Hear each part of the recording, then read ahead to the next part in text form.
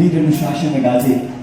परिवार में एक पुत्री का जन्म हो, उसके पीछे राजू भाई दूसरी पुत्री का जन्म हो, उसके पीछे तीसरी पुत्री का जन्म हो, उसके पीछे चौथी पुत्री का जन्म हो, और चार बेटियों के बाद में जब घर में पुत्र रत्न का जन्म हो, कल्पना में भी राजेश भाई विचार में भी नहीं आता है कि उस बेटी की दीक्षा भी हो सके। पूरे घर की जवाबदारियां, 4 बहनों की जवाबदारियां के बाद में बेटा जन्म हुआ, लेकिन हृदय के अंदर संयम की भावधारा। आज उनसे ज्यादा मुझे उनके माता पिता को नतमस्तक वंदन करने का मन होता है, जिन्होंने उनको आज्ञा दी। मुझे उन 4 बहनों को वंदन करने का मन होता है कि जिन्होंने अपने सभी आने वाले फंक्शन में भाई नहीं आ सकेगा यह जानते हुए उनको संयम के मार्ग की यह आज्ञा दी। ऐसे मुमुक्षु यश भाई को आइएगा निवेदन हमारे इस कार्यक्रम के। वीर अनुशासन गाजे, आज महावीर अनुशासन गाजे, महावीर अनुशासन गाजे, महावीर अनुशासन गाजे, गाजे गाजे एकदम सभी के गाजे, गाजे गाजे गाजे गाजे।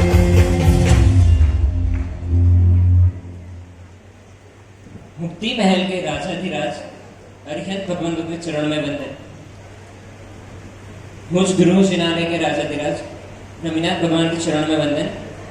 मुक्ति के राह पर चलकर हम जैसे अनेक को उंगली पकड़ के चलाने वाले सद्गुरु भगवंत के चरण में कोटिशा वंदन। आज मैं खुद को सौभाग्यशाली मानता हूं कि मुझे इतने मुमुक्षुओं का दर्शन मिला। इस कारण से चेन्नई के आराधक और व्यवस्थापक समिति का भी शुक्रगुजार हूं।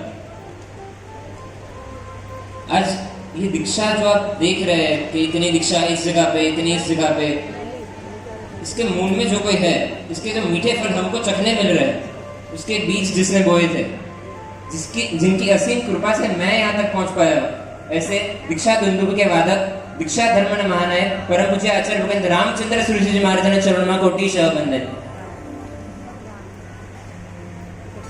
जिनके सानिध्य में मेरा गुरुकुलवास गया, ऐसे आश्रित गणपति चिंतक परम पूज्य आचार्य मोटा साहिब जी, जिनचंद्र सूर्य जी महाराज के चरणों में वंदन।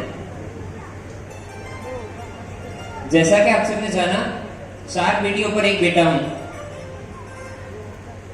फिर भी मेरे माता पिता ने, मेरे परिवार ने मुझे यहाँ आने के लिए अनुमति दी। सच कहूं तो यहाँ तक पहुंचने में मेरा पुरुषार्थ सिर्फ 20% होगा, शायद मेरे परिवार का 80% होगा। छोटा सा था, 4 साल था, तब पिताजी उंगली पकड़ के रोज प्रवचन में ले जाते थे। समझ तो कुछ नहीं आता था, पर 4 महीने कंटिन्यूस गए। फिर स्कूल शुरू हो गई, इसलिए नियत क्रम जो था वो नहीं हो पाया। फिर 16-17 साल की उम्र में फिर से प्रवचन के संपर्क में आना हुआ। थोड़ी चीजें पसंद आई, कुछ चीजों में डीप जाने का मन किया, गया किसी ज्यादा देर उपासना में बिताना। और उस दौरान बेन महाराज, मेरे बेन सबसे छोटे बहन, उनकी दीक्षा लगती थी। अब मैं सबसे छोटा था। जैसे जैसे मेरी उम्र बढ़ती गई, तब तक एक बहनें ब्याह करके चलती गई।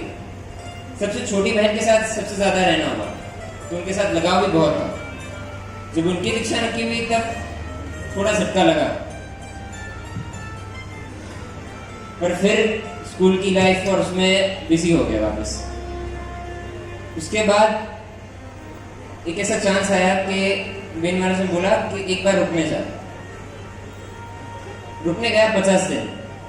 50 दिन के बाद आ गया वापस घर। कोई भी विचार नहीं था कि अब मैं वापस जाऊंगा, पर फिर कुछ पुण्याई बाकी थी, अवसर फिर आया। गया मैं रहने, रहते रहते उपदान किया। उपदान में एक चीज टच हो गई कि एक बार 6 महीने कंटिन्यूस कंप्लीट करने चाहिए। सोचा कि करेंगे। 3 महीने हुए और वापस घर आना हो गया, और फिर लॉकडाउन लग गया। उस बीच में इतना बड़ा ब्रेक हो गया कि शायद मैं वापस जाने की हिम्मत ना कर पाता। पर मेरा परिवार, सच कहूं तो वही कारण है यहाँ तक मुझे पहुंचाने के लिए फिर से उन्होंने पहल की और मैं आया, रुका, समझ में आने लगी बातें, पसंद आने लगा।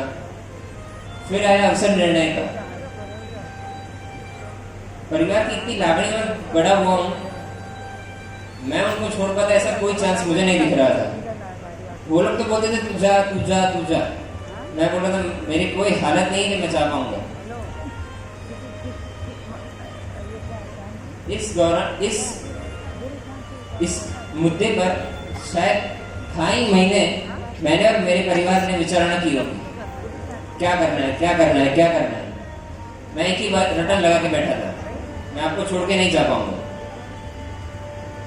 सच कहूं, उनकी वात्सल्य की धारा ऐसी बहती थी और पूज्य गुरु भगत के उपकार, उनकी कृपा से 2.5 महीने तक मैं तैयार नहीं हुआ, पर जब अवसर आया और मैंने जब विनती की, एक बार में मुझे रजा दे दी। एक बार पूछा भी नहीं, सोचा भी नहीं, कुछ नहीं, और सीधा हाँ बोल दिया। ऐसा परिवार मिला,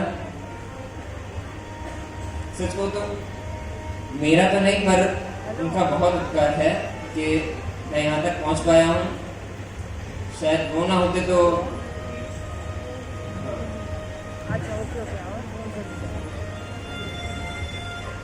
आप सब मेरी दीक्षा में स्वरूप बता लोगे, पर जैन शासन के मूल विनय धर्म को, विनय गुण को मैं अपने जीवन प्रकार न रखूँ, ऐसे आशीष देना।